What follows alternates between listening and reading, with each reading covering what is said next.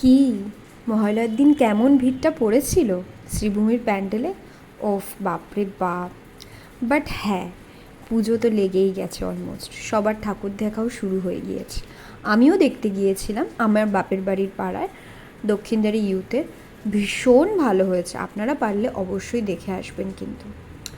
আচ্ছা, আজ আমি বানাতে চলেছি পুজো পুজো উপলক্ষে একটি খুবই সহজ উপকরণ দিয়ে, ঘরোয়া উপকরণ দিয়ে আপনাদের রান্নাটি হয়ে যাবে।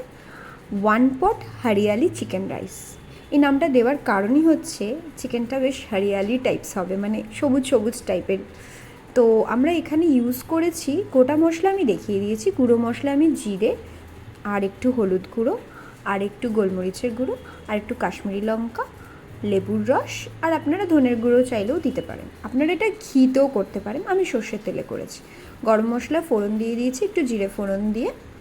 তারপর কিন্তু আমি আদা আর রসুন কুচি করে দিয়েছি এবং তার সাথে পেঁয়াজও দিয়েছি। ভাজা ভাজা হয়ে এলে ম্যারিনেট করে রাখা সেই আমাদের হরিয়ালি চিকেনটা দিয়ে দেবো। এবার ভালো করে কম আঁচে এটাকে হতে দেবো। যখন অলমোস্ট 50% এই চিকেনটা হয়ে যাবে, আমি কিন্তু একটু গুড় ইউজ করলাম, হ্যাঁ বলে দিলাম। ঢেকে ঢেকে যখন 50% রান্নাটা হয়ে যাবে, তখন ভিজিয়ে রাখা চালটা দিয়ে আমরা এটা বিরিয়ানির মতন বানানোর ট্রাই করব।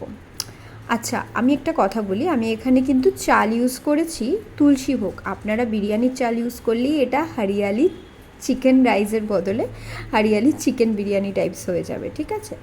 তো আমি বাড়ির চাল দিয়ে ইউজ করেছি, কারণ আমি প্রথমেই বলেছি ঘরোয়া উপকরণ দিয়ে করব, তাই গরম মশলা আর ধনেপাতা দিয়ে আমি ঢেকে দেবো। আর জলটা নেব যতটা চাল নিয়েছি তার ডাবল, ঠিক আছে? ব্যাস তৈরি হয়ে গেল আমাদের একদম কম সময়ের একটি রেসিপি, যেটা পুজোর জন্য পারফেক্ট। বেরানোরও আছে, কিন্তু বেশ ইন্টারেস্টিং কিছু খেতে ইচ্ছা করছে। তো এর থেকে ভালো তো কিছু আমার মাথায় আপাতত আসছিল না। তো আপনারা করে জানাবেন কেমন হলো।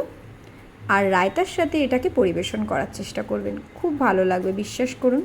আমি রায়তার সাথেই খেয়েছিলাম, আর সাথে একটু স্যালাড নিয়েছিলাম। কেমন লাগলো রান্নাটি জানাবেন। আবার দেখা হবে।